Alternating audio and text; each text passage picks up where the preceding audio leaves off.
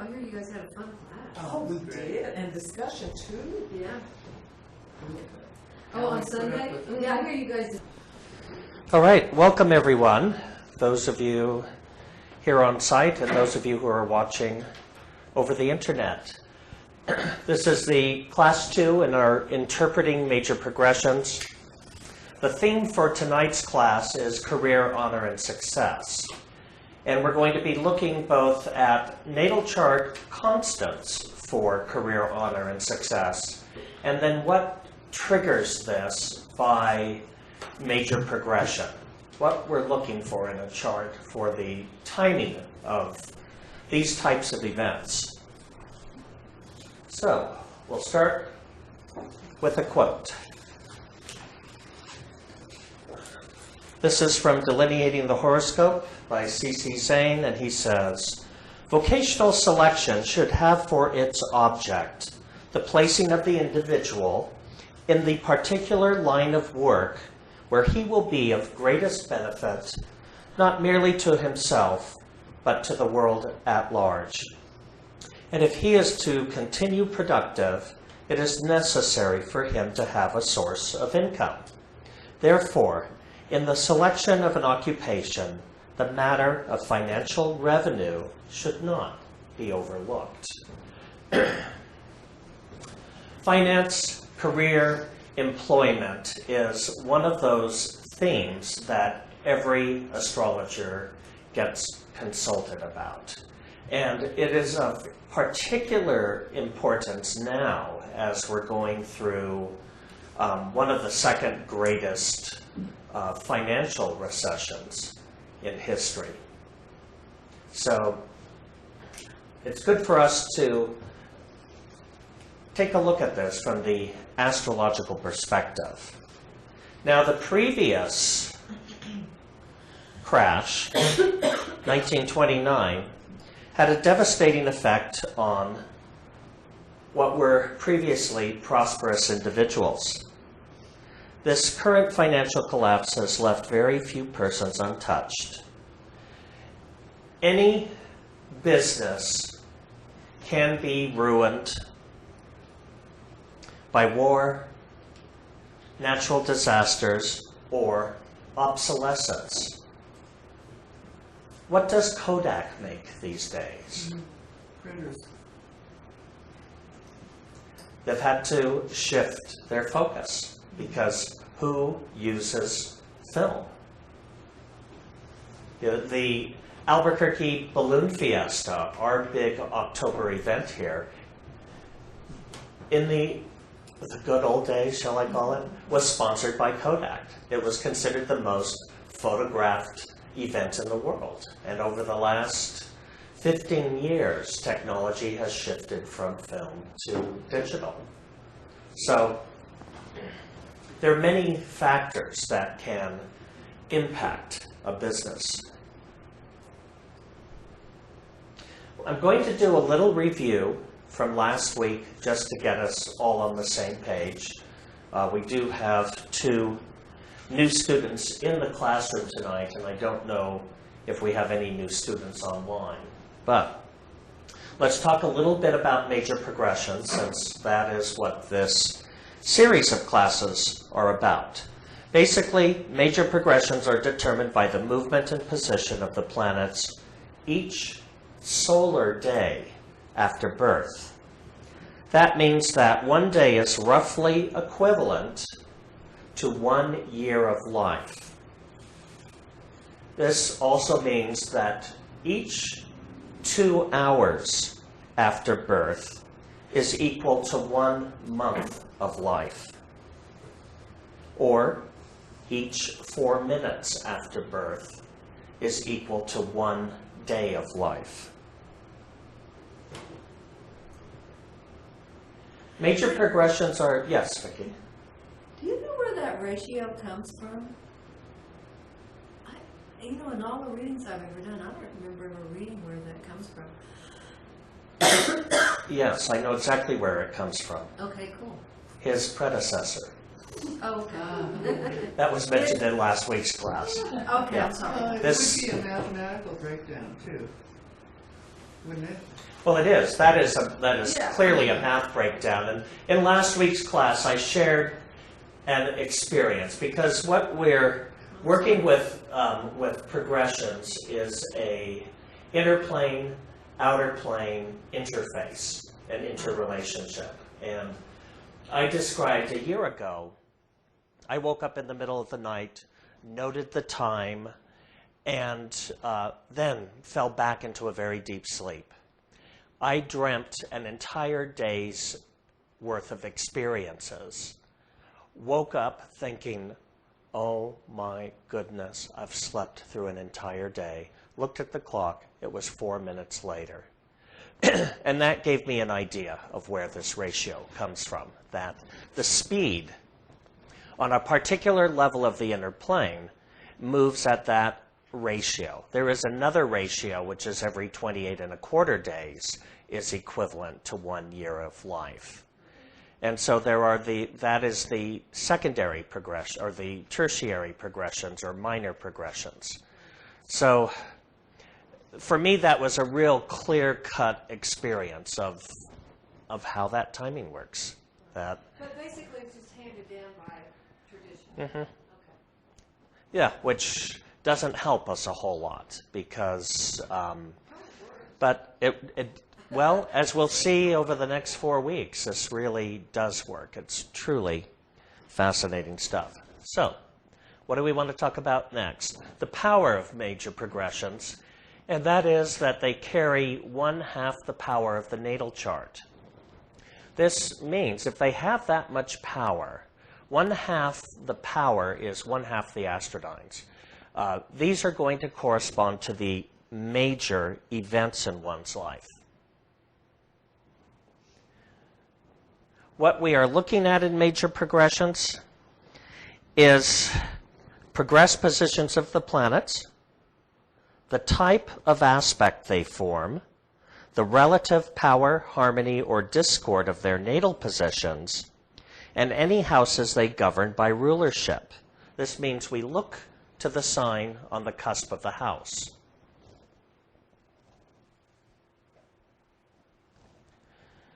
When we're looking at a progressed chart, the natal chart is in the center, and the major progressions are placed in the outer wheel of the chart.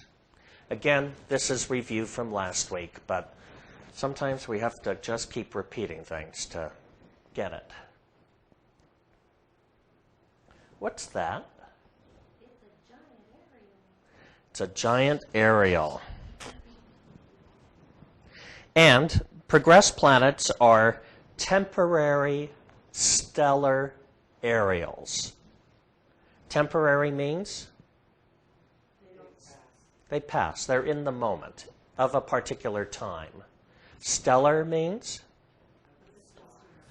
And an aerial is an antenna, basically.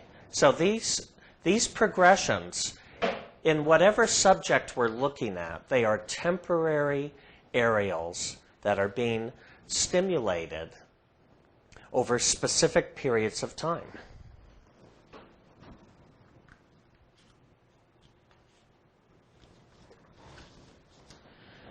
When we're looking at a progressed chart, the general rule is we only allow a 1-degree orb of aspect.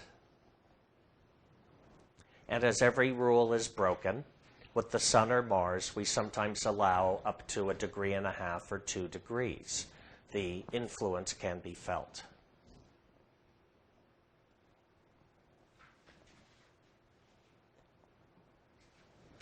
So, when we're reading progressions, and we're going to do this at the end of tonight's class, I'm actually going to switch from PowerPoint to the horoscope program and I'll be off camera sitting back there managing the PowerPoint as we conduct the end portion of the class where we actually look at charts. That way you'll all get a sense of how that program works as well.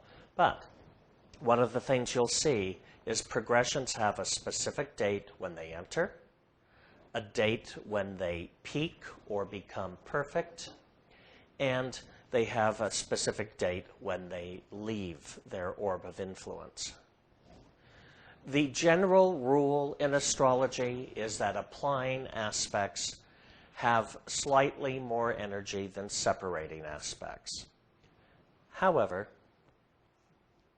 that too is broken because basically, whether it's at the front end of a progression, before peak or after peak, if you have reinforcements from minor progressions and or transits, this can set off the key event.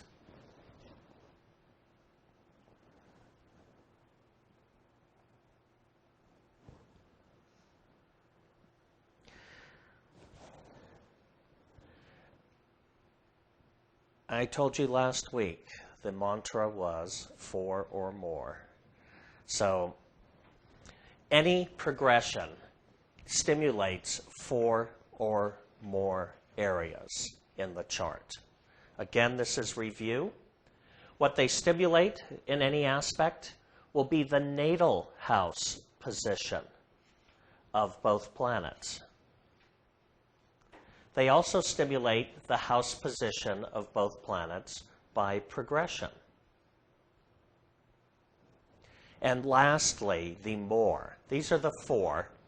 The more is that any aspect by progression also stimulates the houses ruled by those planets according to the sign on the cusp. And all of you remember from beginning astrology that the sun rules Leo, the moon rules Cancer, Mercury rules both Gemini and Virgo, Venus both Taurus and Libra, and so on and so forth up to the Saturn signs.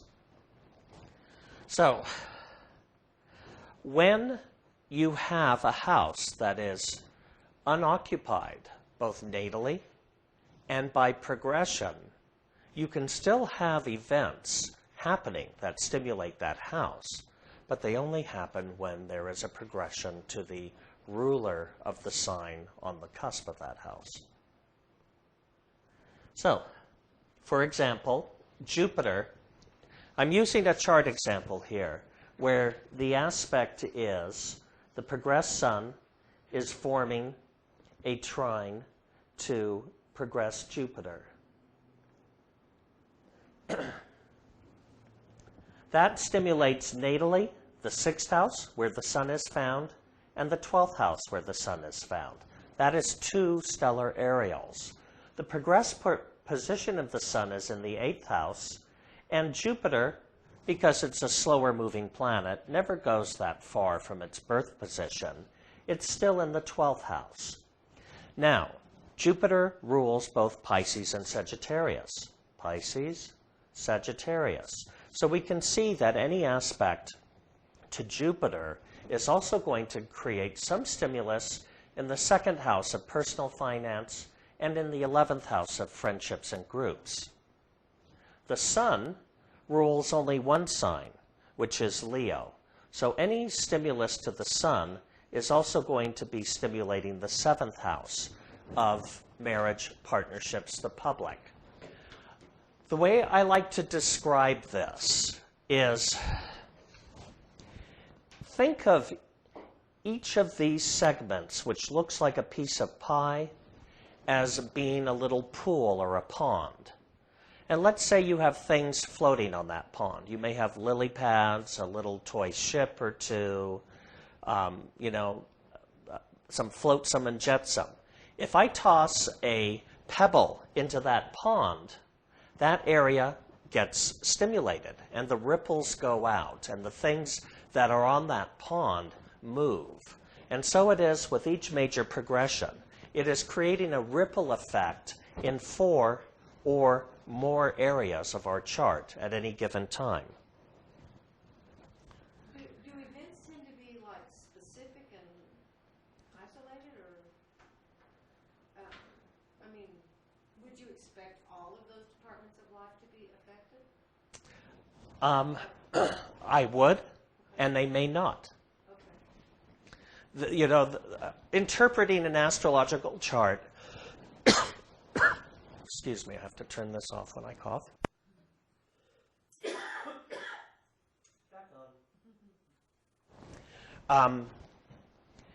Interpreting an astrological chart and progressions is an art.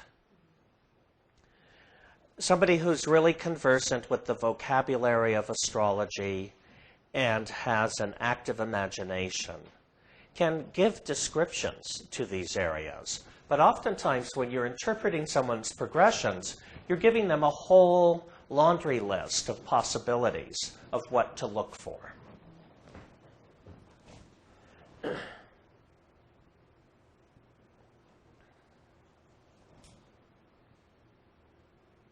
All right, long quote, C.C. saying, Progressing the Horoscope.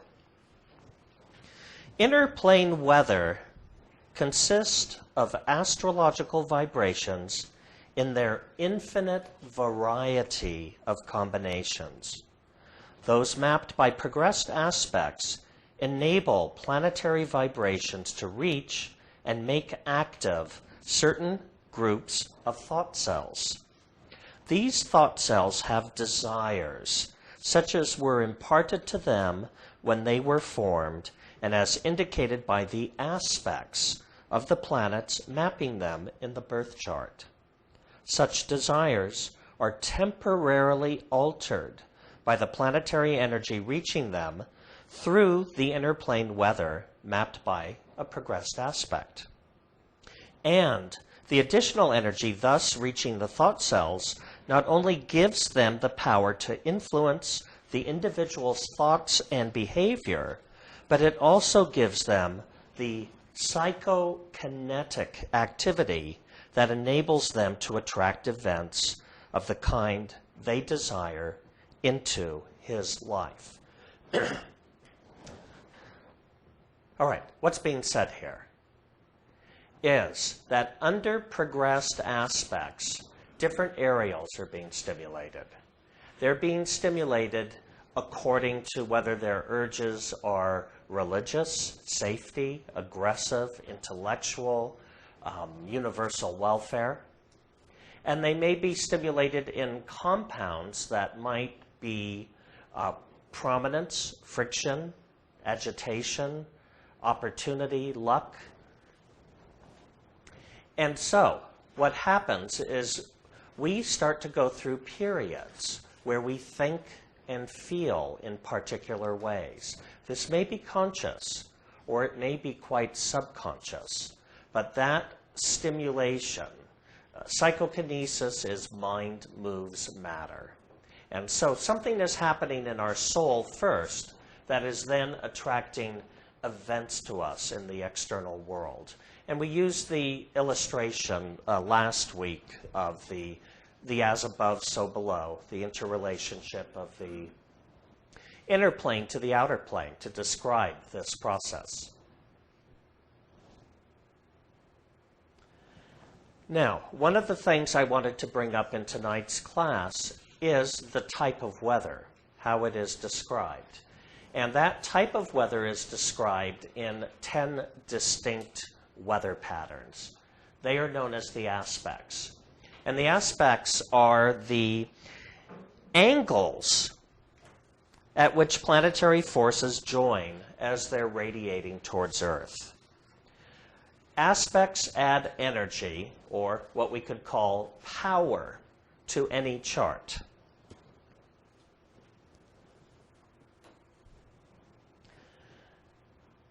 Aspects contribute conditioning energy, which we describe as harmony or discord.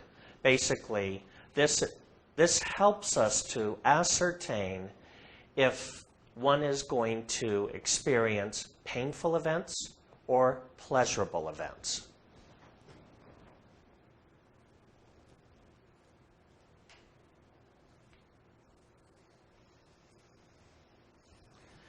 Now, these aspects also range in the degree of power which they have, from extremely potent to being mildly powerful.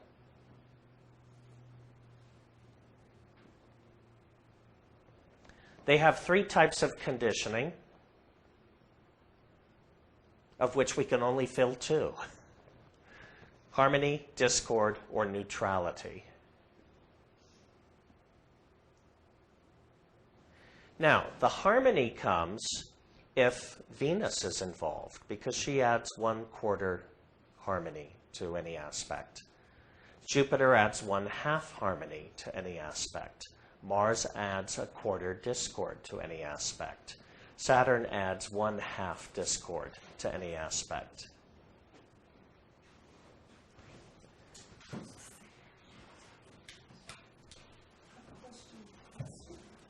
Yes? Why is it there, it says there's 3, and why can we only fill 2? Because neutrality doesn't register on our scale of pain or pleasure. Now, rarely do any of us ever really feel neutral about something. The truth is, we add conditionings to things, and we may add conditioning based on our culture, on our experiences since birth, the family, the country in which we were raised. But the energy itself from certain aspects is neutral, and depending on what planet is involved, it can also add these feelings of pleasure or pain, from being moderately pleasurable to highly pleasurable to moderately painful to highly painful. The neutral aspects, I think we talked about before, are the inconjunct, which is any 2 planets 150 degrees or 5 signs apart. The parallel and contraparallel we consider as one aspect.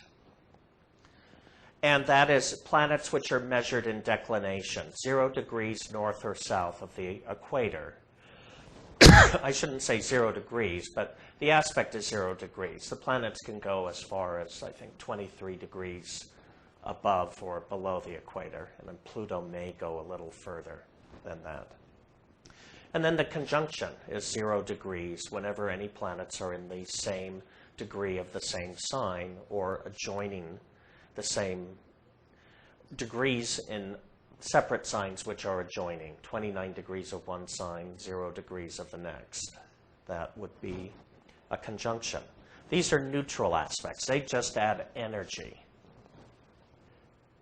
Harmonious aspects are when planets are 30 degrees apart or one sign, the semisextile, 60 degrees or 2 signs. So the sextile is twice a semisextile.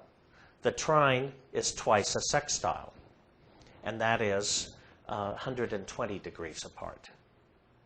So these are considered to be angles where the energies come together in a very pleasurable way, from mildly pleasurable to moderately pleasurable to highly pleasurable. The next angles at which the planetary energies meet are discordant. 1.5 signs apart is a friction compound. That's 45 degrees. Twice 45 degrees is 90 degrees, which is considered strongly discordant. And if we look here, 90 degrees plus 45 degrees gives us 135 degrees. That is basically a square and a semi-square. And lastly, twice a square is 180 degrees, which is considered to be powerfully discordant. More so than the square. Yeah, Is the opposition the 180 degrees? it is. It's the one that looks like dumbbells over here, which is basically these are 2 planets pulling against one another. It's like being caught in a tug of war. Do they quantify those? Like, how much more powerful would the opposition be than the square? Read the Astrodyne manual, Okay. because the information's in there and it's actually not in my brain. Okay.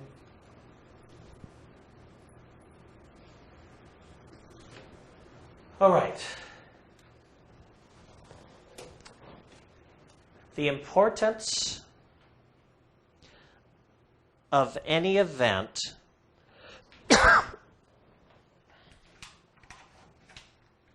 depends upon the intensity of thought cell activity.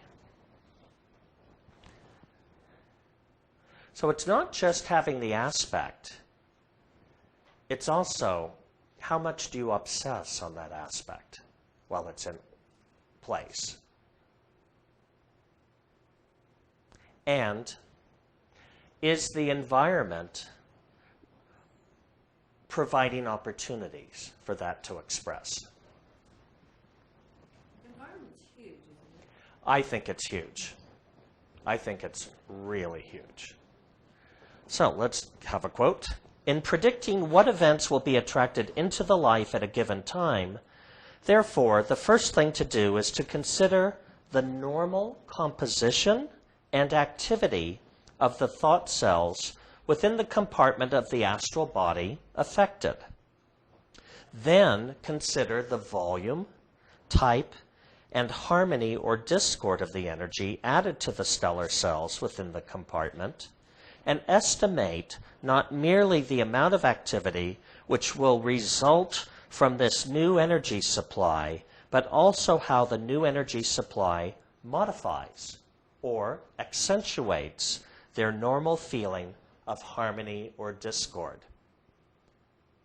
Well, you know, it sort of sounds precise, but it's also sounding a lot like an art to me. Because the astrologer has to be able to synthesize all of this information in order to come up with and describe a scenario to the client of how this can express. I have a question on that too.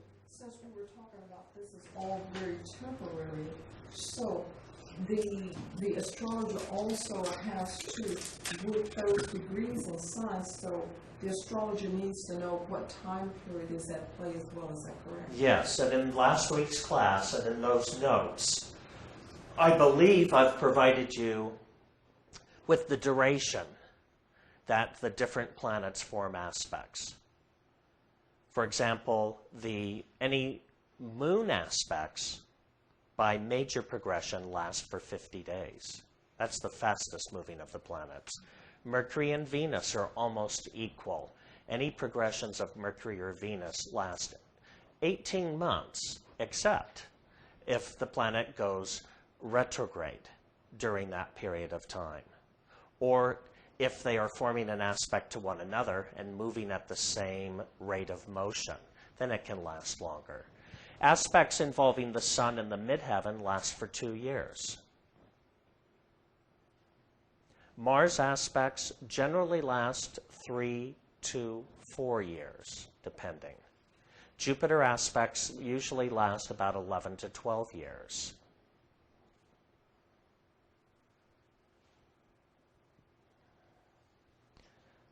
And the rest is in your notes somewhere. So this would be in the Astrodyne manual? No, that won't be in there. But the questions Laura was asking about how you determine the exact amount of power, harmony, and discord assigned to any aspect is the formulas are all in there. But it's pretty much based on how far apart the aspect is and the position, right? in And the chart. type of aspect, Yeah. and whether it's applying or separating.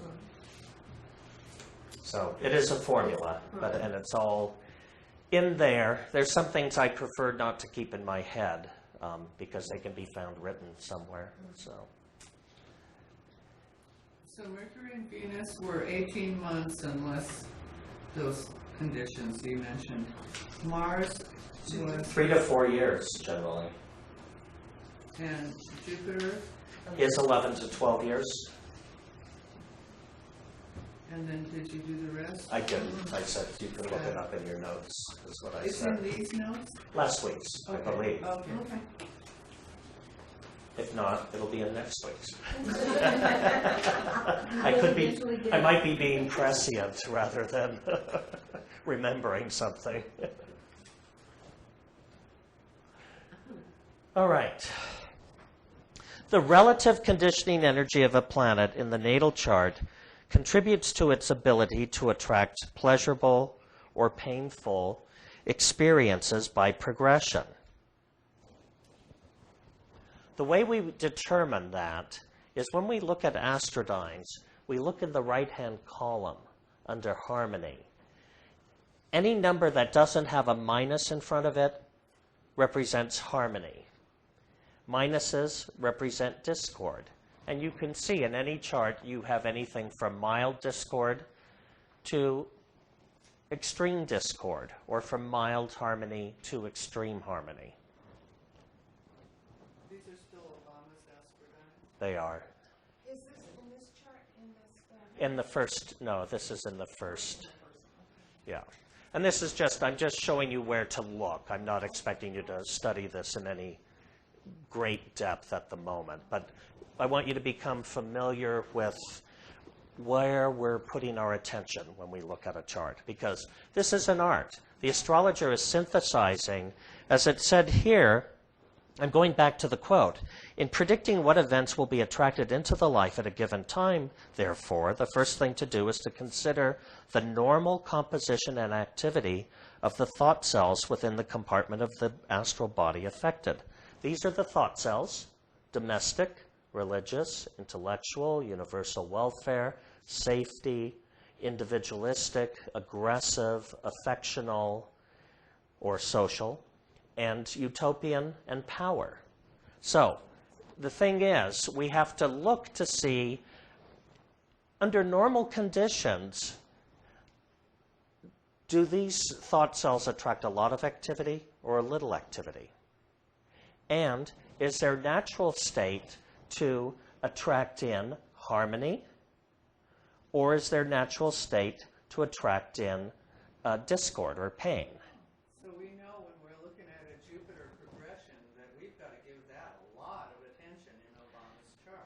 Because? It's powerful and harmonious. You're good. Thank you. That was I really like that thought cells. I had never thought that's a wonderful way to express. Right, and remember, these thought cells are the boats, the flotsam and jetsam, and all the stuff that's floating on those ponds. Right. So when something gets tossed into that pond, when those waves start rippling out, those thought cells are what are being rocked and moved and stimulated into motion. And it's those thought cells being stimulated that work from the inner plane through psychokinesis, mind drawing in events on the physical plane. And this is what attracts certain types of events into our lives, whether it's accidents and injuries or windfalls and love affairs. And another thing to keep in mind is the habits of those thought cells, because they tend to go where they're conditioned to go to. Correct. So, But we can't always know that as reading somebody else's chart. Right, as a cold reading, one doesn't know that. With our own, I mean, even with our own charts, we have blind spots to our own behavior, you know? But that would be an interesting discussion point when you're reading somebody's chart. to ask somebody, to try and figure out, well, what is their... Right, and if you have all the time in What the they world tend to do a reading, you can do that. You can sit and chat and, well, how do your religious urges express? But, for the most part, a human being's attention span lasts 45 minutes on any subject. So an astrologer needs to get the information said and done in around that amount of time. Otherwise, it's like Charlie Brown talking to Snoopy. That's what you hear. Okay, we've got another 10 minutes before we turn into your Snoopies. I know. But hopefully by then I'll change the theme and we'll actually be interacting on charts. So. Now, this goes back to a question Vicki asked earlier, I believe. And does this stimulate one event or many events? Each progression attracts its own type or types of events. Under Mars progressions, and I need to check my chart because in the last week I have received so many cuts. Cuts? Cuts, yes. What do you mean? Mars.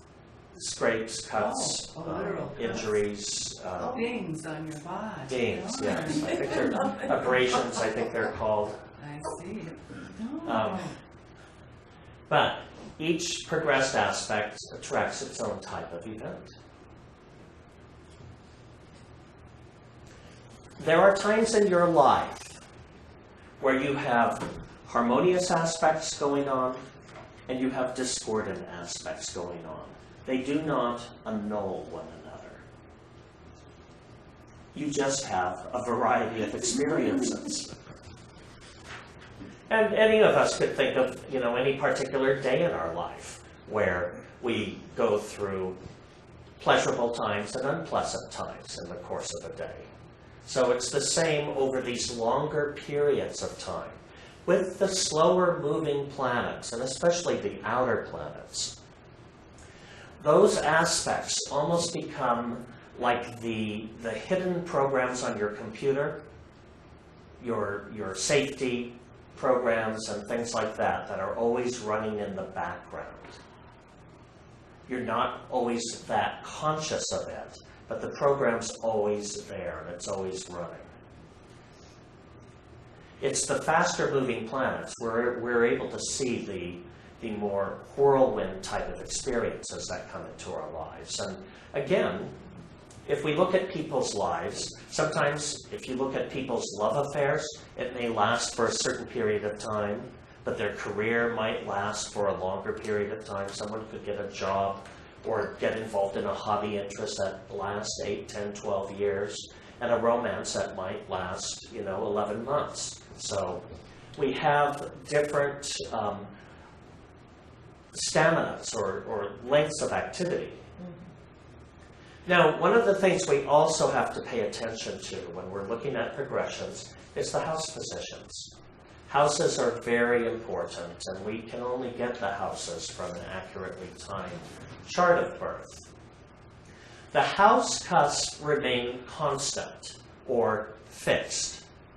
The only house cusp that we progress in Hermetic astrology are the cusp of the first house, known as the ascendant, and the cusp of the 10th house, known as the midheaven. These are two areals within the soul that are given power or precedence over all the other house cusps. And we will talk about them as we go along. Planets progress forward or backwards if they're retrograde. And when they move into a new house, remember they're taking 1/2 the power of the natal chart and thus stimulating this new department of life. We've talked about this already, 4 or more. And we've already discussed this. Natal house positions, progressed house positions, and the house each planet co-rules.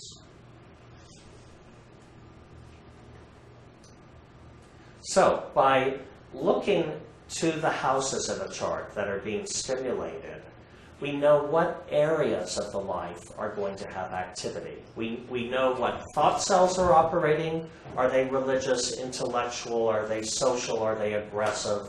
Are they individualistic? Are they utopian?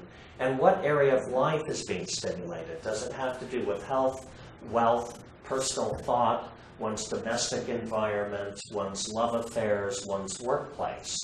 And we're looking to see where we can expect the activity to take place.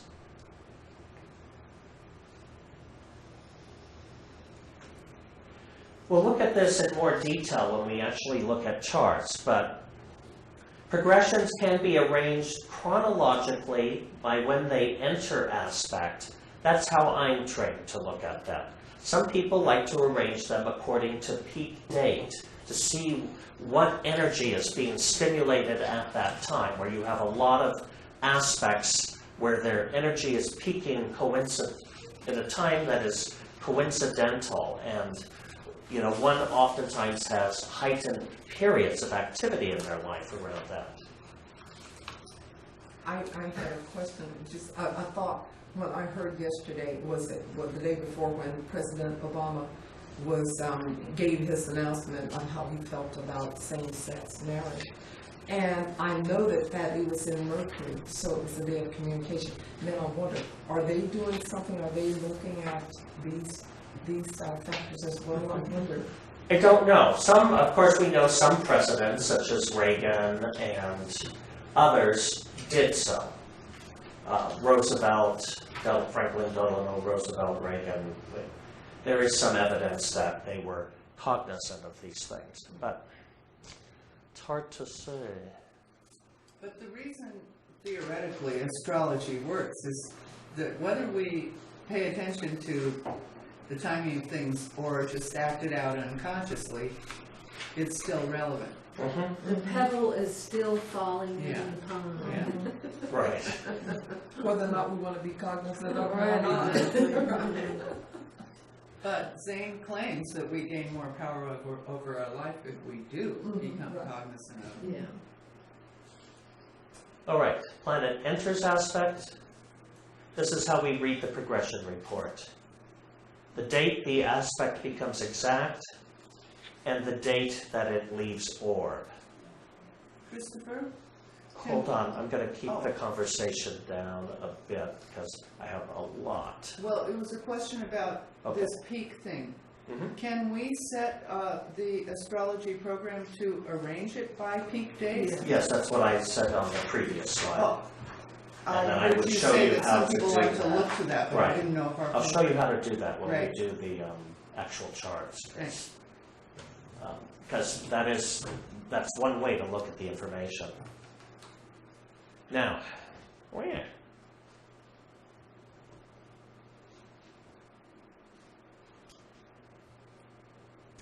This is the actual aspect itself.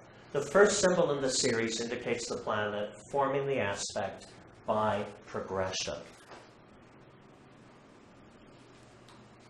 Second symbol shows the nature of the aspect. That is a conjunction. And the third symbol is the planet to which the aspect is being formed. This can be, if the R follows it, which means radical, a natal planet. If a P follows it, then it means it is a progressed planet. So when we look at the chart, it gives us some additional interest to see which areas. You know which wheel we're looking at. Right. All right, so tonight's class is about vocation, career, employment. These are really big topics right now, and we have what are called birth chart constants and progressed aspects. So we're going to do a little review of what we look for in a birth chart. And basically, in a birth chart, we have what is called the Trinity of Wealth. This is comprised of houses number 2, personal finance, 6, employment, and 10, career, honor, position.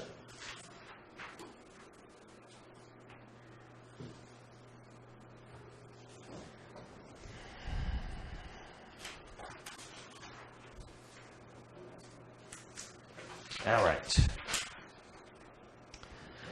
Financial success. This is one thing we like to look for in a chart. And financial success is the favorable or prosperous termination of attempts or endeavors. This could be the attainment of wealth, position, honors, or the like, a successful performance or achievement. For some people, success is the end reward. For others, it's just the process of doing something, the skill that's gained. But we're just pulling together some vocabulary here. Prosperity is the state of flourishing, thriving, success, or good fortune. Prosperity often encompasses wealth, but also includes other factors which are independent of wealth to varying degrees, such as happiness and health.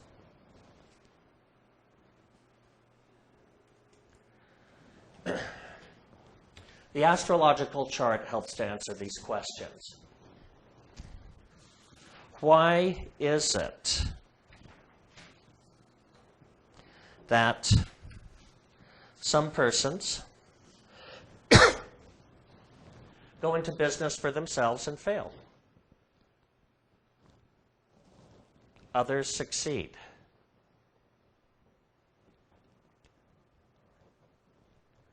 Some people do better working for others.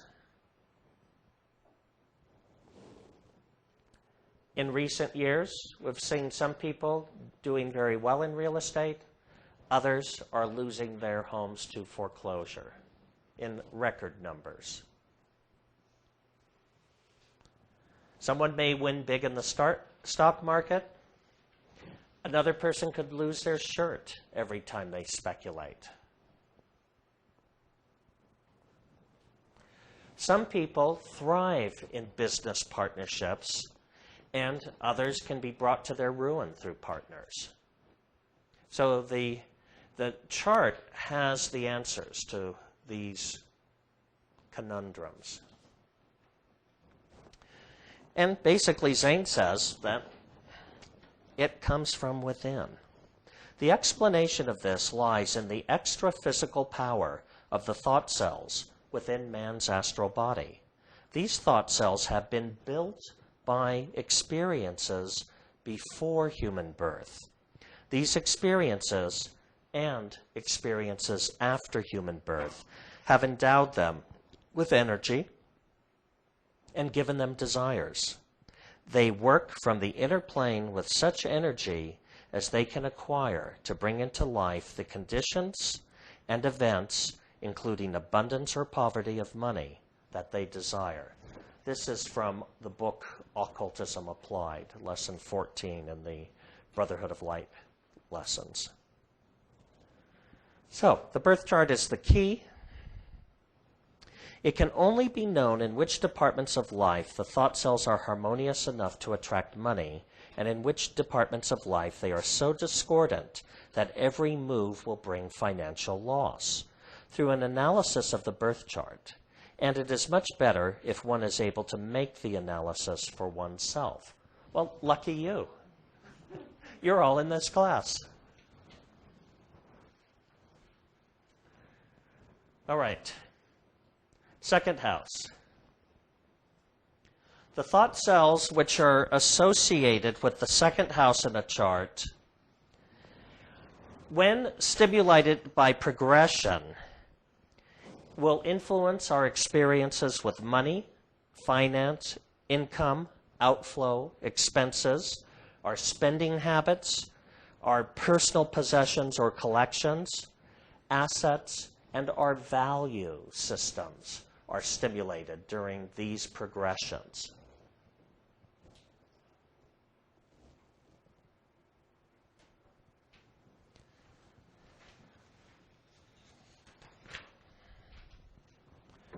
All right, the drive for nutrition.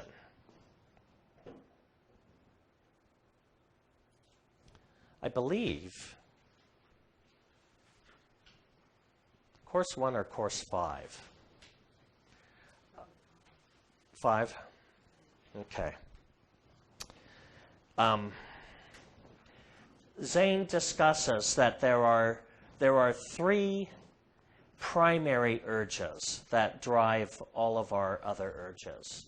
The drive for significance, the drive for nutrition, and the drive for reproduction.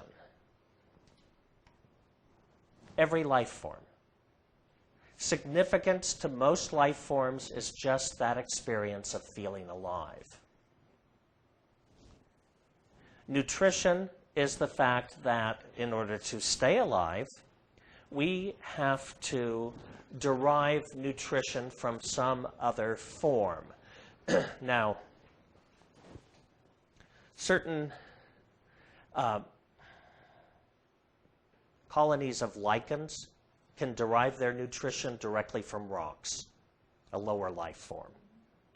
Most things like viruses and bacteria have to derive their life forms from other life forms. We may eat a variety of things that are in the organic world, from vegetables to animals, depending on one's, dietary trends. Money is an extension of the drive for nutrition. How many of you slaughter your own animals and or grow your own food? I grow some of my own food. Very small percentage. How do I get the rest? Yeah, I go out and buy it. So, in a sense, what we humans have developed as this system, barter system or exchange, is an extension of this drive for nutrition. The more we are successful in this area, then the greater we are at being able to pull in the things that we need to sustain our bodies. So, unless we're living off the grid, we have to do some form of exchange, or we must earn money to food, shelter for ourselves or for our families. Now, out of course 1, Zane says, the process of evolution is a schooling in the capture, storage, and release of energy.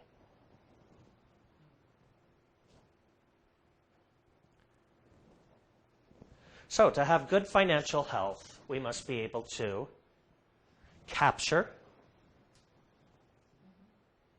or make money. We need to be able to store or save money. I mean, when you think of it, wealth isn't how much you make, but how much of what you make you're able to hold on to. And we also have to be able to release. Any creature that doesn't release becomes constipated and therefore in ill health. So, those persons who can't release their money have an ailment. So, it has to be, each of these 3 functions needs to be functioning.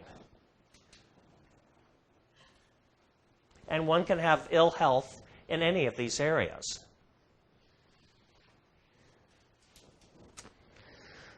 So, just about everyone knows someone who, in spite of himself or herself, and with no special effort, has become wealthy.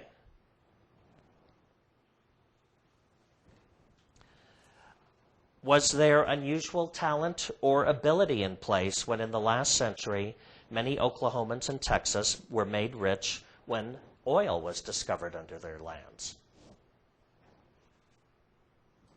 Was there any unusual talent or ability in place when persons buying homes in Los Angeles in the 1960s found that in 2005 they could sell them for millions of dollars?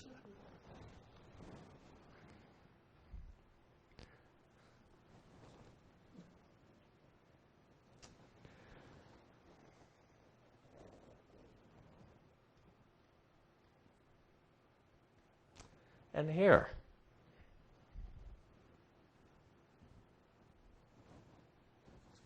what about the millions of citizens who bought houses in 2005 who now find them valued at 20% less than their purchasing price?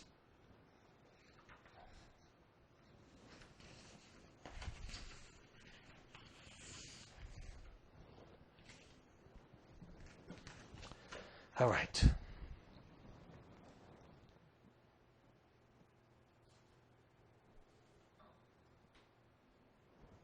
There are others like Oprah Winfrey, Steve Fawcett, or Bill Gates who have applied themselves towards becoming wealthy.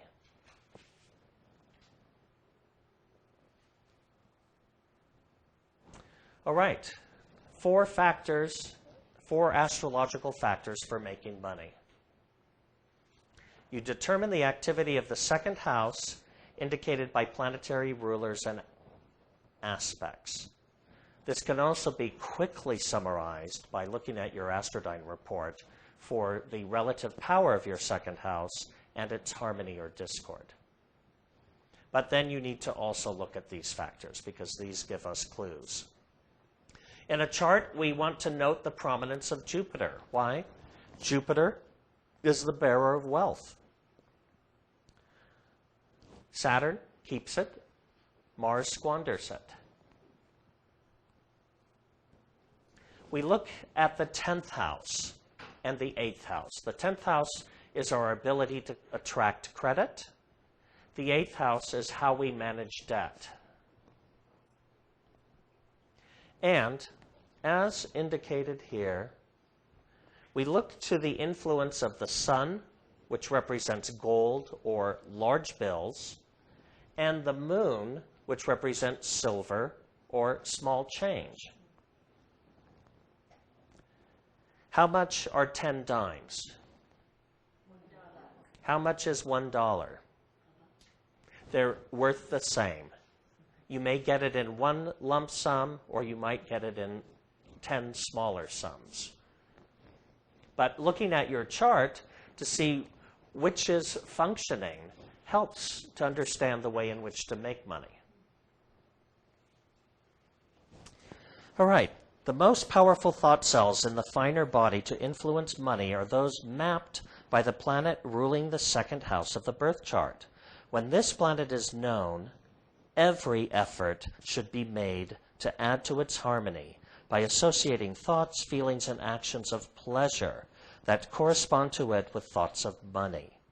Each planet rules a given type of thought, and the type of thoughts ruled by the planet governing the second house should be built up both in power and in harmony through appropriate thoughts, feelings, and actions. So there's hope. If you have a weak or discordant second house, all you have to do is change your thinking.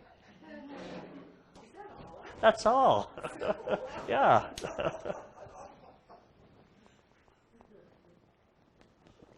Maybe the hardest work you ever do in your life, but it can be done. So we're changing the nature of that department of life so that its psychokinetic powers work to attract rather than repel wealth. That also is found in the Course 14, Occultism Applied. So, look at your second house. Do you have any planets there? What are they? This is your homework. What is the sign ruling the cusp of your second house? What planet or planets rule that sign? And what sign and what house are they located in your chart? Because when the rulers of the second house fall in other houses, they are subject to the influence of that house. And that shows us by dispositorship where they can draw in money. Look at your Astrodyne report. What is the relative power and harmony of your second house? And how do these above factors impact your habits with attracting, saving, and spending money? These are areas of personal inquiry to work on at home because it'll give you greater insights about your own chart. All right, now we have to talk about environment. Because to gain money, we must exchange goods or services that other people desire so that they are willing to part with their money for it.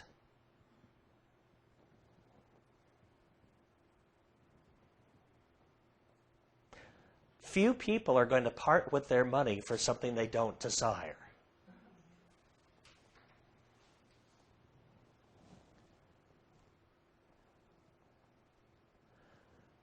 I have a friend who's a musician, and a mutual friend once made a suggestion to her that that she play some cover songs that other people would be interested in.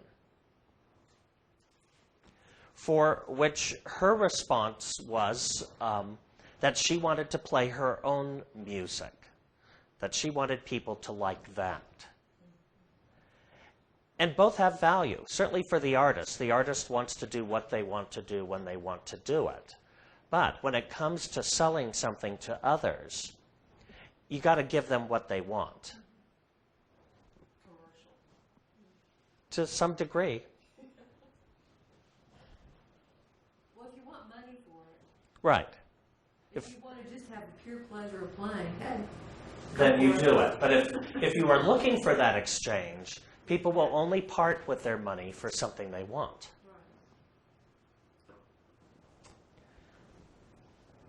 All right. To gain money, we must exchange goods or services that other people desire. We've talked about that. The more reasonably priced your goods and services are, the more likely that others will exchange money for them. There's no time where that is more true than now in this limited economy. Everybody's looking for a bargain.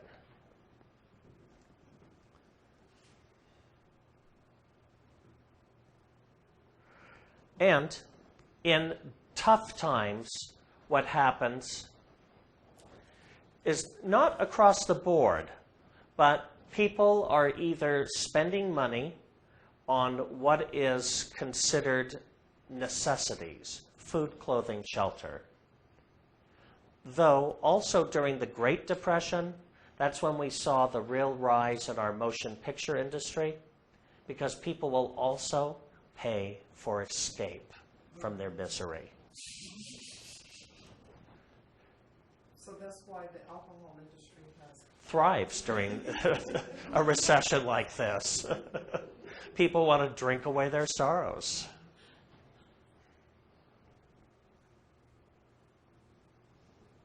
And the superheroes just took in more money last weekend than any movie ever in history. Yeah. And that, the hero myth, you know, the fantasy of, and they were all working together, which we all have to do in this society to overcome our challenges. We all Exactly. have to bring our particular talents to the board. The first thing that should be thoroughly understood is that one cannot make money from those things that astrologically correspond to discordant groups of thought cells within his astral body. A careful study of the birth chart will reveal which thought cells were discordant at birth and probably remain so unless a systematic effort has been made to change them. To make money from the things indicated by the astrological factors mapping these thought cells would require that the desires of these thought cells should be reconditioned. It is possible, within limits, to do this, but it is usually far more profitable to devote the energy among those things towards which from birth there have been powerful and harmonious thought cell desires. That's really a helpful thought cell right there. Yes. So basically, if you're looking to make money, first start with the most harmonious areas of your chart. Once you're making it there, you can direct your attention to reconditioning your discordant thought cells and trying to master those areas. But don't try and do that when you have no money, because it's unprofitable. You really want to start where you're going to have some instant success, because that too will help you recondition your thought cells.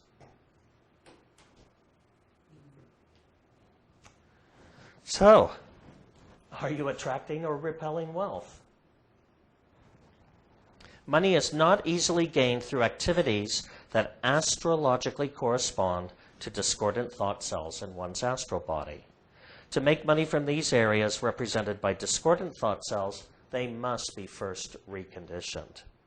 It is easier and more profitable to devote energy to making money from activities where there are powerful and harmonious thought cells.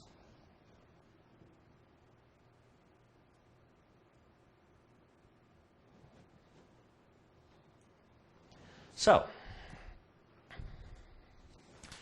your best wealth-attracting resource is equivalent to your best, this means most harmonious, planet, sign, and house.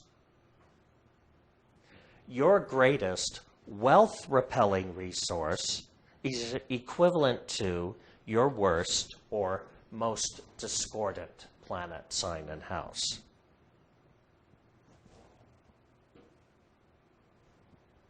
It's as simple as that. What if you have a discordant 10th house? You have to work on reconditioning your thoughts around career and in working with authority figures.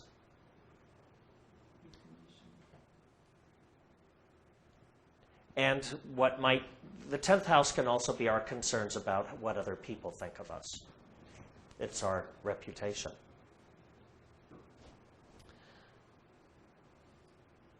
Yeah, I have a discordant 10th house. But there are a few things in my chart that are harmonious. So, you work with what you have. Career, what was the second thing you said, plus what other people think of us? Your relationship with authority figures. Authority, thank you. This could be bosses, superiors, supervisors. If you have a really afflicted 10th house, you could be somebody who chafes under working for other people.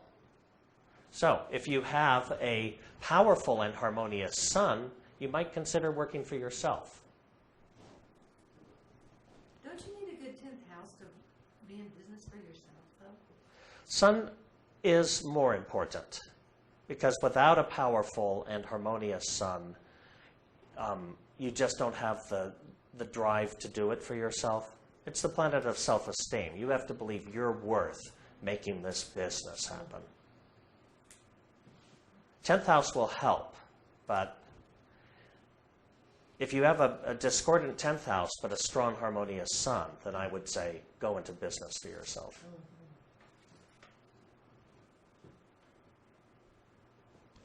All right, what did I say there? You should never lose sight of. Yeah, never lose sight of the other person's point of view. This is so important in making money. Why is that? You're expecting them to exchange their money for something you have. Remember that other people are your source of money. Merely wanting someone to pay for your goods and services is not sufficient to make them want to do so. People will only part with their money if they are getting what they want. And they will part with their money more readily if they like you. I mean, think of, I always use the example of food service.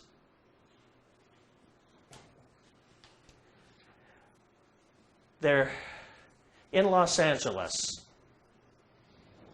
back in my youth, there used to be very few restaurants that were opened after midnight. Cantor's on Fairfax was one of them. And Cantor's had the most surly waitresses you could ever imagine anywhere.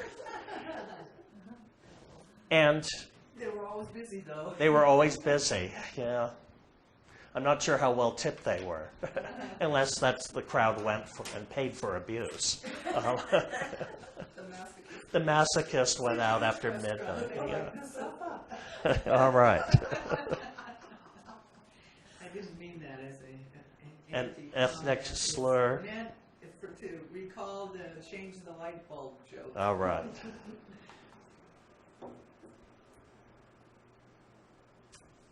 All right. So let's talk briefly how money is gained by each house. Because again, to make money, looking at progression, you're not just looking at your second house. You have to also see what else is being stimulated. If it's first house, you capitalize on personality and appearance. Second house, banking, finances, buying and selling. Third house, transportation, communications and writing. Fourth house, real estate, rentals, building, architecture, housewares, hotels. Fifth house would be stocks, bonds, speculation, children's services, arts and entertainment. Sixth house is food service and preparation, health or medical. This is all in your notes, so you don't have to. So now we're looking to where our chart is most harmonious. Yes, and also where it's most discordant, because You might discover if your sixth house is really discordant, that your career in medicine hasn't been so hot. But that your seventh house is so harmonious that your work as a counselor could take off. The eighth house is gifts, legacies, insurance, and investments. Also, the handling of other people's money, whether it's estate planning, bookkeeping, etc. Ninth house, teaching, lecturing, media, publishing, travel. 10th house could be through business, management, politics. 11th house through groups, friends, networking, or event planning. And the 12th house through hospitals, retreats, prisons, zoos, sanctuaries, and investigative work.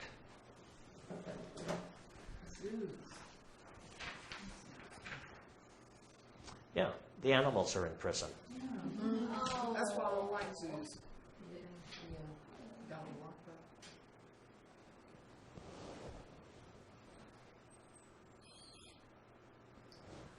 To the extent the thought cell group is powerfully discordant, will loss of wealth occur. But to the extent the thought cell group is powerfully harmonious in its desires, wealth will be forthcoming.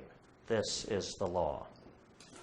A consideration of this law might prove disheartening to one unfortunate in financial matters, were it not that these thought cells are not fixed and immutable in the harmony or discord of their desires. Whew. There's hope for some of us. All right, attracting wealth by progression. Venus and Jupiter are known as the benefics and are natural wealth builders in a chart.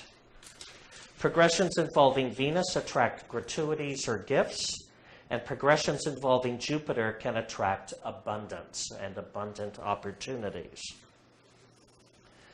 Harmonious progressions, the semi-sextile, sextile, and trine, involving the rulers of the second house, stimulate periods of financial growth.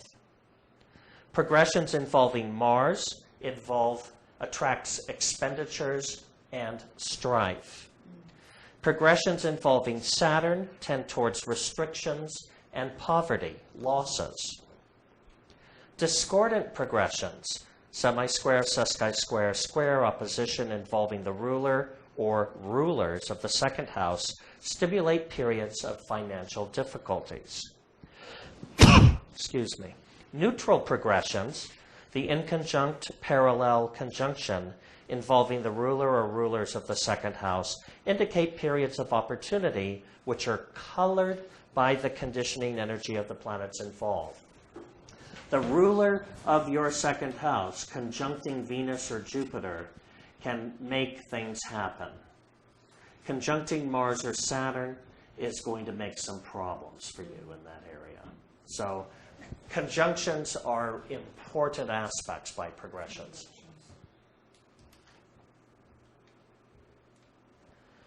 All right, employment. Progressions involving the sixth house stimulate activity in our employment, service, workplace, relationships with colleagues, co-workers, employees, tenants. It also impacts our diet, nutrition, food, illness, and our small pets. These are things below the size of livestock.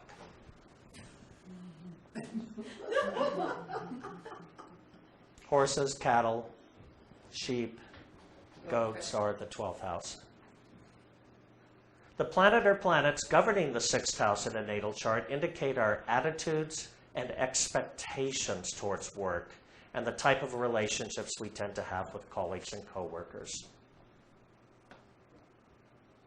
If the 6th house is overall harmonious, we tend to have greater ease in attracting employment. A discordant 6th house requires that one must exert greater effort to gain employment. These are natal chart constants. The benefics, Venus and Jupiter, attract favorable employment opportunities. Again, harmonious aspects stimulate positive employment opportunities. Progressions involving the malefics stimulate difficulties in gaining employment. Discordant progressions create troubled periods around employment, and neutral progressions all depends on what planets are tied in the aspect that you have to work with to gain employment.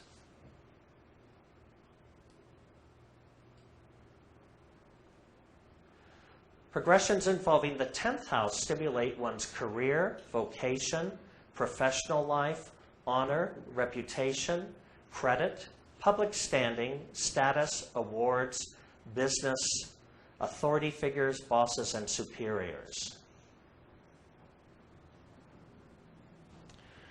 All right. What is a career? An occupation or profession, especially one requiring special training, following one's life's work. A person's progress or general course of action through life or through a phase of life, as in some profession or undertaking. Success in a profession, occupation, etc. A vocation is a particular occupation, business, or profession. It comes from the Latin word to call. So it's your calling, a strong impulse or inclination to follow a particular activity or career. An avocation is something a person does in addition to a principal occupation, especially for pleasure. So hobbies are considered avocations.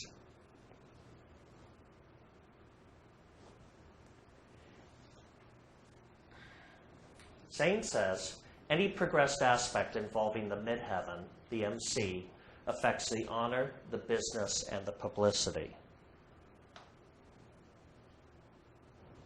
That's in Progressing the Horoscope.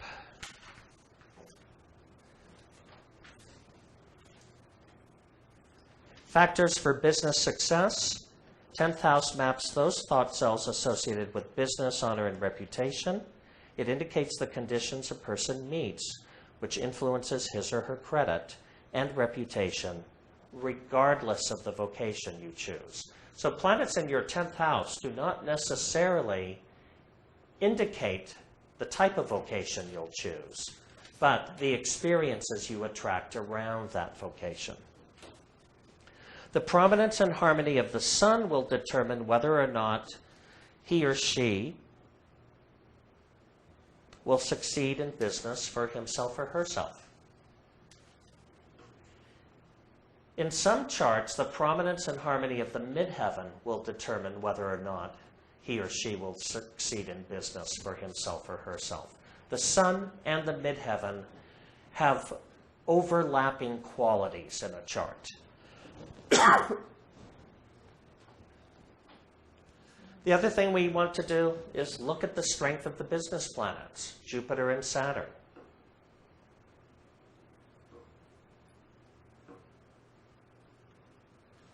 When in astrology, you may also get persons coming to you seeking vocational selection. What can I be doing to make money? What should I be doing at this point in my life? And vocational selection is based on helping the individual to express his or her ability through their areas of greatest harmony. Remember, these are the wealth-building areas. In judging vocation using the astrological method, we look for expression of ability, dominant temperament, and aptitude through avenues of personal harmony. What does that mean? Yes. Ability, dominant temperament, and aptitude come from your strongest planet. But we look to express that through the area of the chart that is most harmonious. So if you have a dominant sun, chances are you have leadership skills. And you would look to see what is the best area of your chart. If your 6th house was harmonious, you might seek to take your need for leadership and express it through working at the pet shelter or in managing a restaurant or managing what could be rental units, since tenants are ruled by the 6th house. I was wondering about the shelter, because like the zoos, the animals are penned up. But you'd look to 6th house instead of 12th house? Yeah, I would.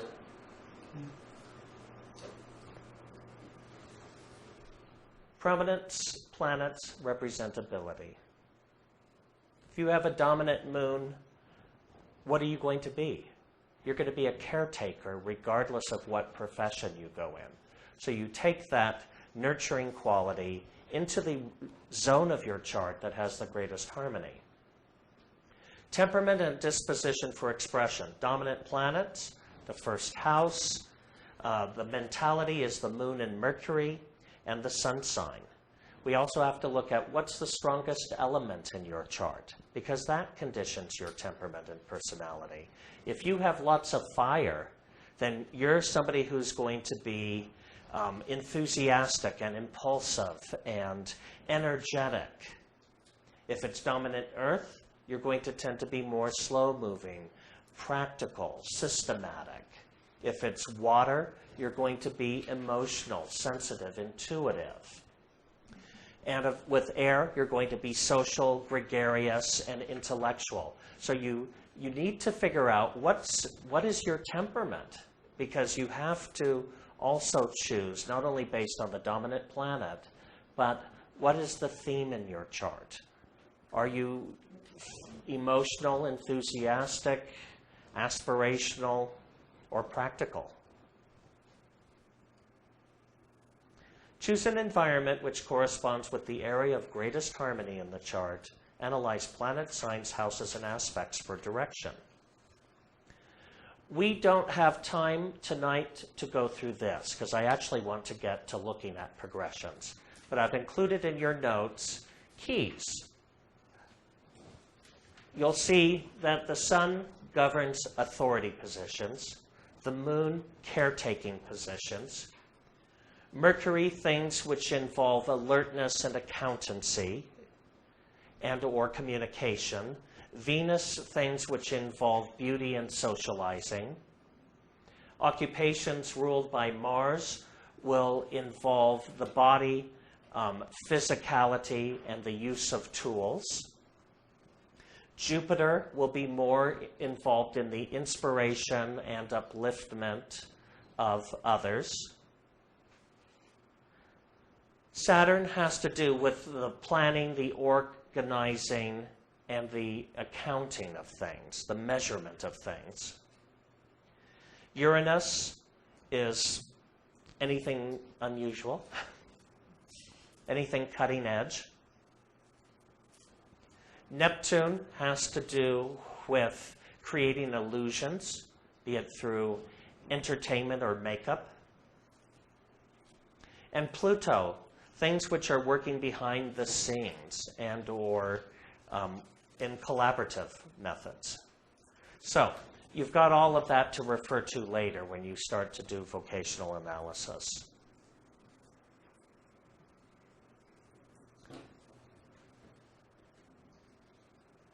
Basically, we've covered this information, but when we're looking for awards and honors in a chart, we're looking to the 10th house, the midheaven, the sun are all indicators. So what I want to do is get about the process of looking at awards. So we have 3 classes left. Next week we're going to talk about health, vitality, and illness. Then we will do love, romance, and marriage. And then the alchemy of progressions. What do you do under difficult progressions? How do you turn it into something you want rather than something undesirable? So what I'm going to do now is give you 3 chart examples after I turn the air on, because I'm going to fall over from heat. Okay. All right. Michelle, I'm going to have you just move yourself a little bit aside so I can get here. I'm going to be working off camera now and bringing up charts for you to look at. All right.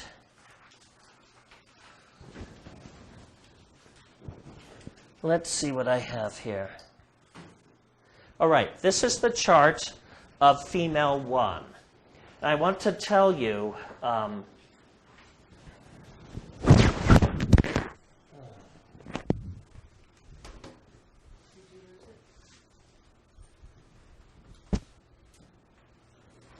September 1990 was kind of a special year because that year 3 of my friends were up for Emmy Awards.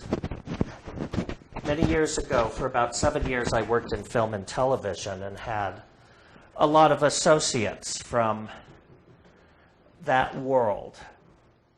And so in 1990, here was this, I was watching the Emmys because there was special interest in 3 friends. This was one nomination. Is it progressed to the day of the event? It is. Okay. All 3 charts will be progressed to the day of the event. And in your notes, I've also included the chart and the progressions for that time. Now I'm going to show you how we do this on the chart itself. When we want to progress to a specific date, we go up to Tools, we go to Progress the Chart, we select that, and then we enter the date. Here you can see it's 9/15/1990. You hit OK and close out the program, or close out that window, that box, pop-up box. Now, if you want to look for aspects, what I do first is I look at the chart and I determine, we're looking at honors and awards. What will we look at in the chart? And what else? The sun. You got it. Those are the only things we want to look at. So you can actually, with the horoscope program, narrow your search. So you can look and see exactly what's going on at this given time. So let's do a progression report. We might pick 9/1/1990 and extend it out to 9/30/1990, just to see what's in orb.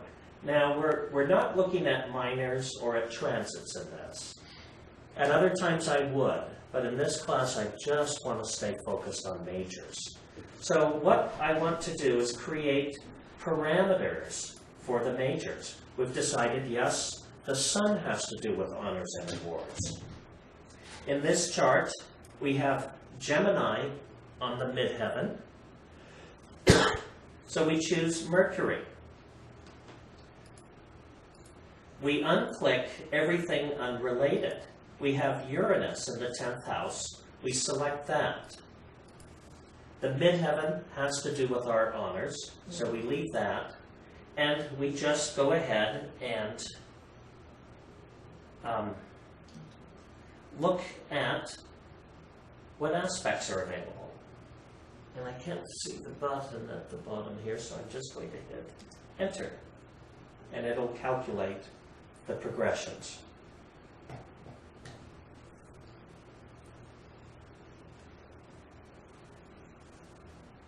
Or not. What? Go click on the horoscope icon and see what happens. There you have it. All right. Let's take a look at the progressions. How's that? MC opposition to the sun. Mm-hmm. Well, what does it do natally, though? I don't see what the MC of the sun and is the sun harmonious or just? Oh, do we have the chart? You have the chart.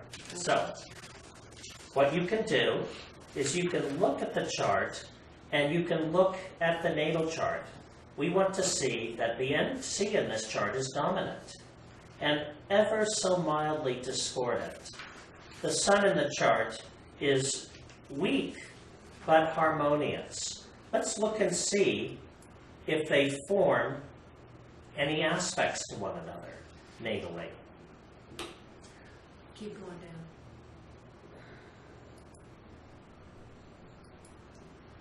The sun natally forms a sesqui square to the midheaven. Well, okay, you could interpret that as there's energy, it's mildly discordant though. Nevertheless, this was an Emmy winner. Yeah. And what I wanted to show you here is the fact that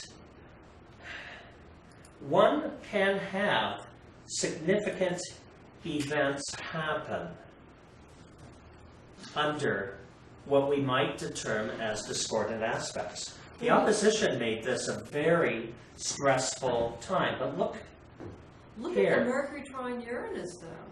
Uranus Mercury is the trine third Uranus. dominant planet.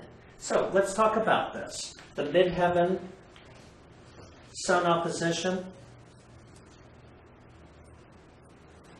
Although this woman was one of the writers on the miniseries, her Emmy was for being a producer. So in a sense,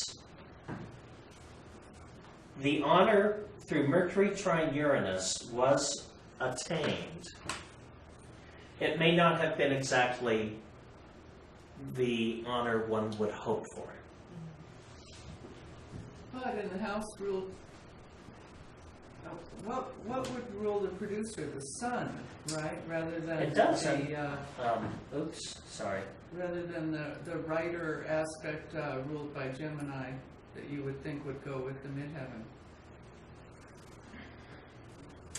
So, Was she up for a writer Emmy No. possibility? Just producer.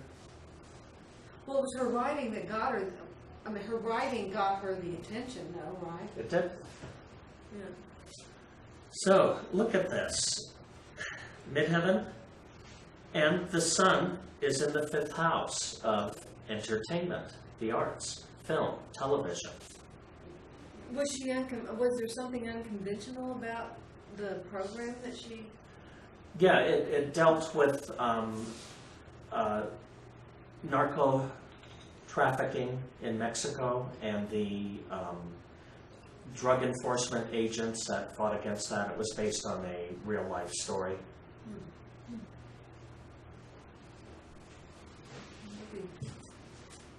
So,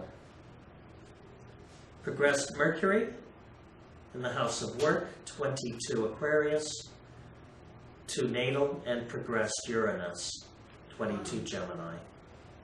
There's a luck factor. The opposition of the midheaven to the sun brings in honors and recognition, though there is some internal stress tied in with that. Did she feel disappointed that the writing wasn't acknowledged? Or did you, would you, I would think if you I wanted think she was an just Emmy, happy you would that- just yeah. be really thrilled. Yeah. Got the recognition. Yeah, The award. So that last thing you said, would you mind repeating, Christopher? I lost it. If I could remember what I said.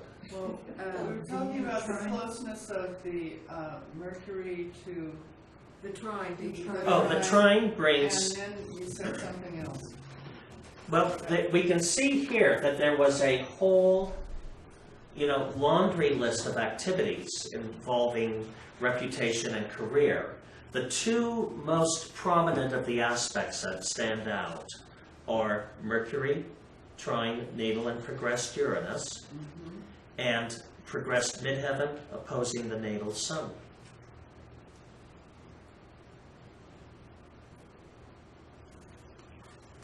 So let's look at another chart. This is female number 2. It's the same chart. It looks like the same thing. Uranus in the 10th house. That's interesting. Co-writer, co-producer, also a winner. For the same program? Yes. Interesting. They both have that 5th house sun and 10th house Uranus. Yes. here, the midheaven had already passed the opposition to the Sun and opposition to Mars.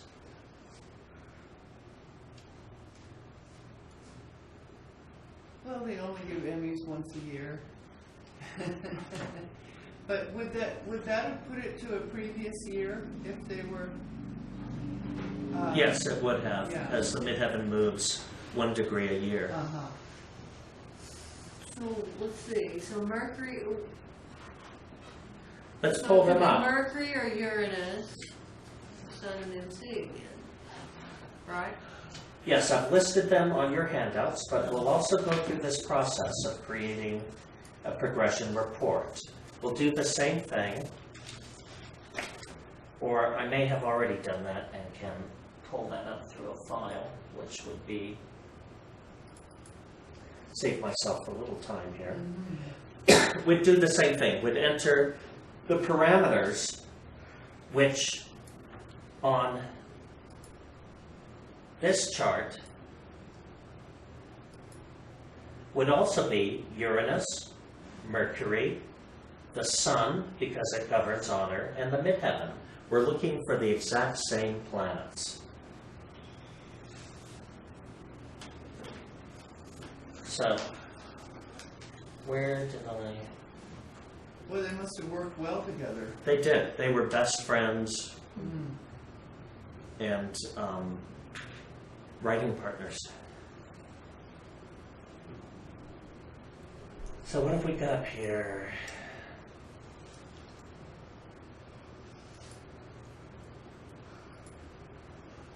Something I can see.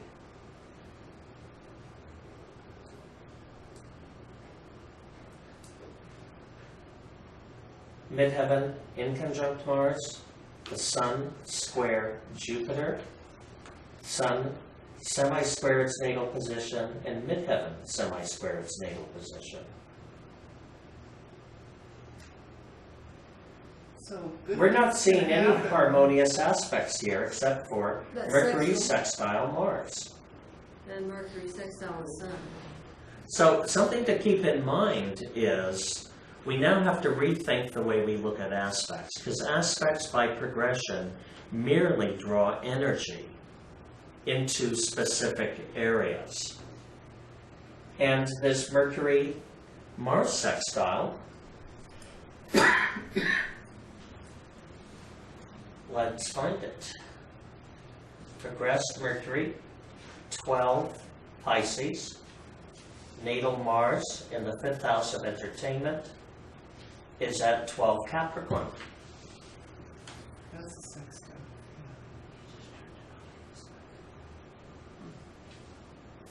Well, this is this is a pretty discordant chart. So this is a person who is accustomed to channeling her energy in order Yes. to accomplish this.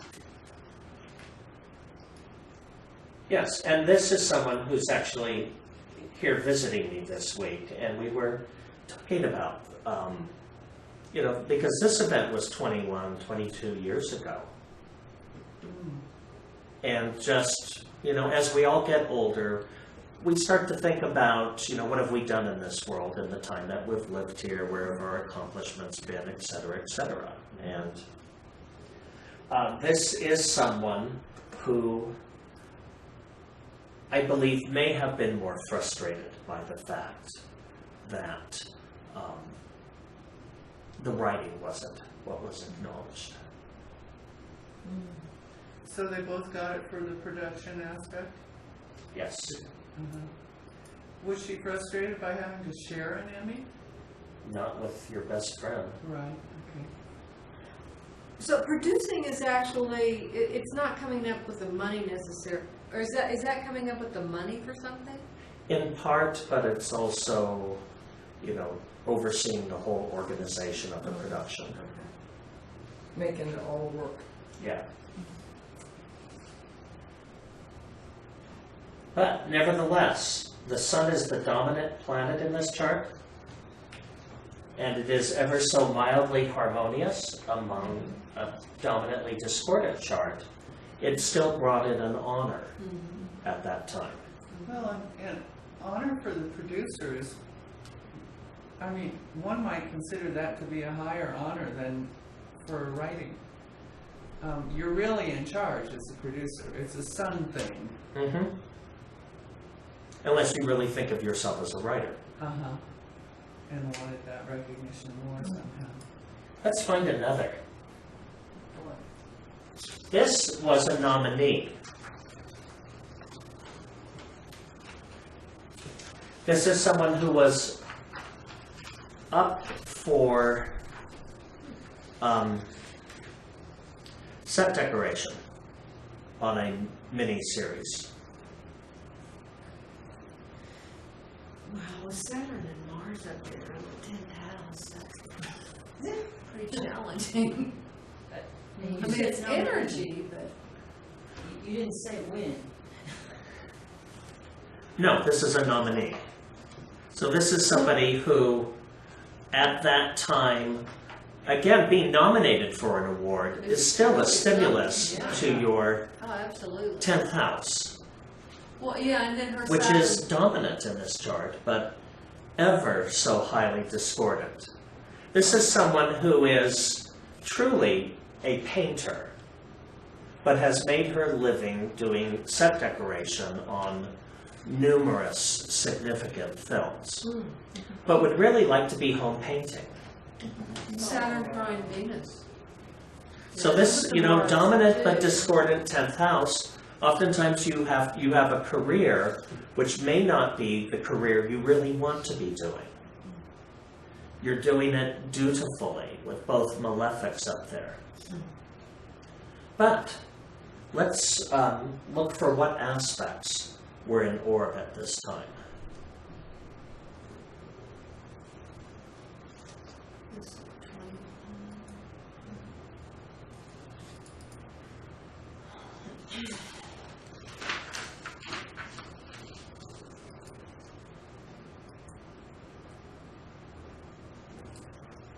All right. Well, by major progression, Saturn was still trying Venus, though past its peak. Quite a bit past it. The Sun, which is the co-ruler of the 10th house, Leo's on the midheaven, is paralleling Pluto, natal and progressed, and Uranus, natal and progressed. Contra-parallel? Now, let's look here. The defining parameters that we used were more, because there are two planets there. We had to look for not only the Sun, but Saturn, Mars, and the midheaven, all as progressed aspects. Well, don't you have to look at Moon too? Since it's progressed into the 10th Yes, house? the Moon is progressed into the 10th house, but I did not bring up the Moon progressions. Oh, okay. But we could look at that as well. Now remember, whenever the Moon passes through a house, you have an emphasis for about, it could be the average is 2.25 years. It could be less than that, it could be more than that, depending on how wide that house is. So there's a lot of Sun energy going on. There's 1, 2, 3, 4, 5, 6, 7, 8 aspects to the Sun, which made the nomination possible. Well, is the fact that the aspects are kind of weak aspects, aren't they? Inconjuncts? Inconjuncts and semi-square, and I mean, all those other, let's see, there's a parallel to Sun. Zane parallel. describes the inconjunct as bringing two things together and then they fall apart. Right. And so that's sort of what happened in this case, is the nomination was there, but overall, this particular series did not win many awards, which was surprising because it was one of the more outstanding television productions for that year. But in all of these charts that we saw, it seems like they were working the best with the hand that they were dealt. They were. They were. and it was exciting that they all came, close to receiving these awards.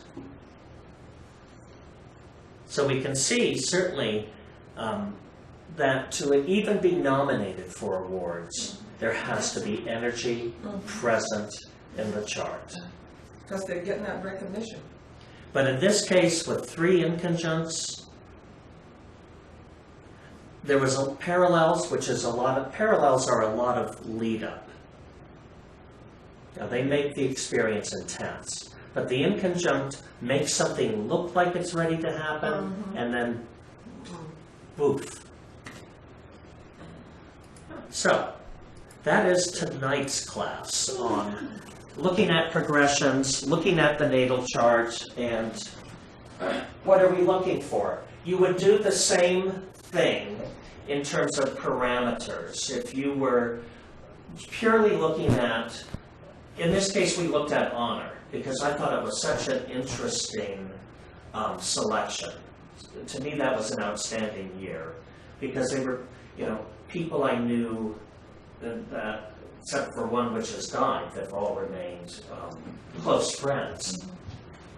So, And you had their birth chart. yeah, and I have their birth chart. Yeah. So, it made it really convenient for a study. You would use the same parameters. If you were looking at your chart to figure out what's going on with your finances, then you might narrow the parameters to looking at Venus, Jupiter, and whatever the ruler or rulers of your second house are. If somebody is consulting you and wants information about the likelihood of their employment, you can just go in and narrow the parameters to look at the 6th house. It can also be helpful to look at the 10th house as well in employment matters, because that's going to be the relationship with the boss or supervisor, your reputation, or the person that hires you. Because in employment matters, first appearance is almost everything. Employers and or committees, selection committees, draw conclusions pretty immediately.